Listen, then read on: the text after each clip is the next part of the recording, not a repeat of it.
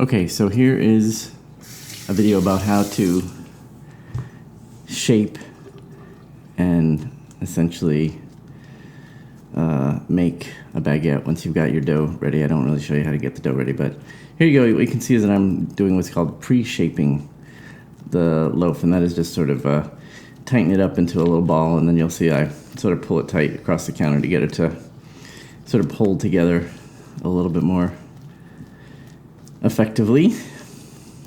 And I've got 2 baguettes that I'm working on, so I'll do that with both of them.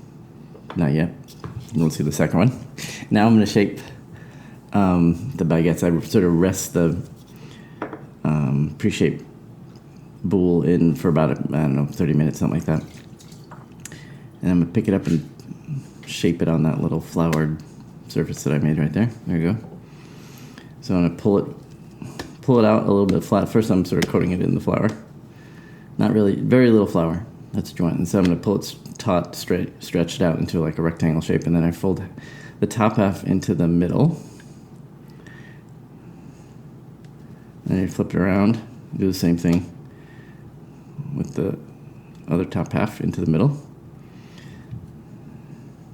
There you go. And then what you do, you don't have to flip it around like this, but I did, and I'm just started coating it with flour. And then you pull the whole thing taut across the top, and you kind of seal that edge. You see how I flour my hand sort of make it really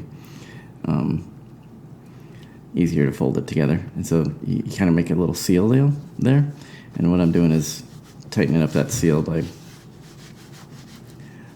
kind of rubbing it tightly to get it to hold together. And I'll know how to pinch it together a little bit more effectively. There you go. Then you're going to roll it.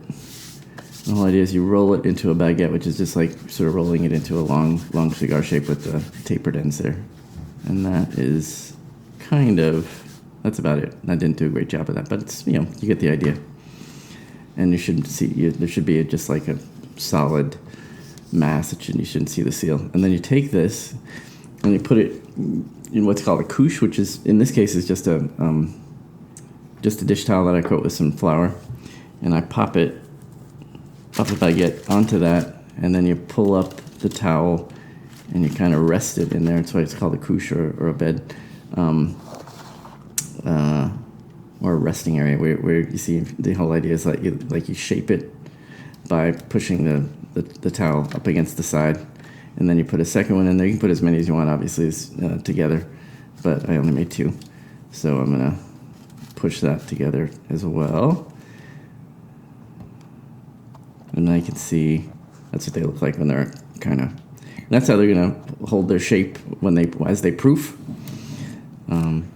And then what you should do is just let it proof on the countertop for a couple of hours, and they'll kind of spring up a little bit. Proofing just means that you let the yeast maximize the rise in the loaf. But here what I did is actually put it in the refrigerator to proof overnight, which I would not recommend. But you'll see why. But in any case, I would actually, if you want to put your dough in the refrigerator, you can do it before you shape, but I did it after I shaped, which I wouldn't recommend, but it doesn't really matter. And now you see, you take the couche away, and then you can put it right on the parchment paper underneath it if you know what you're doing, and which I obviously did not, but it doesn't matter. It's relatively forgiving. It's not the most. These you'll see these are not going to be the prettiest baguettes you've ever seen, but they'll sort of do the trick. So here they're just ready now to be what's called scored, which is, here I take what's called a lame, which is a razor blade on a stick. And you really don't even need the stick, and you make those slashes across the top of it. And this other one I'm making what's called a baguette d'épi, which is just a wheat shaft. And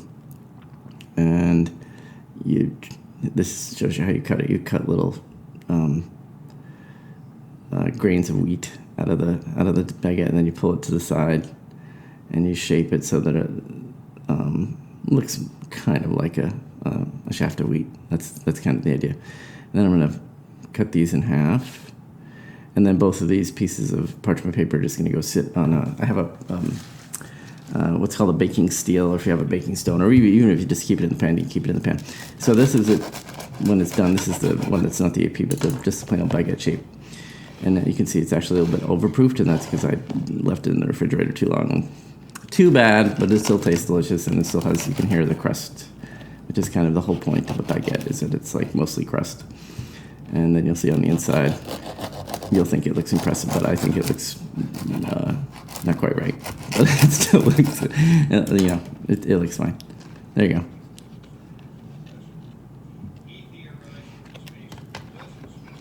And if you look at the accompanying picture, you'll see what the AP looks like, which we still haven't even cut into. But you sort of makes a bunch of little rolls that you can tear off. Each little grain of wheat tears off from the shaft. So there you go. And that looks a little bit better, but pretty good. That's how you make a baguette.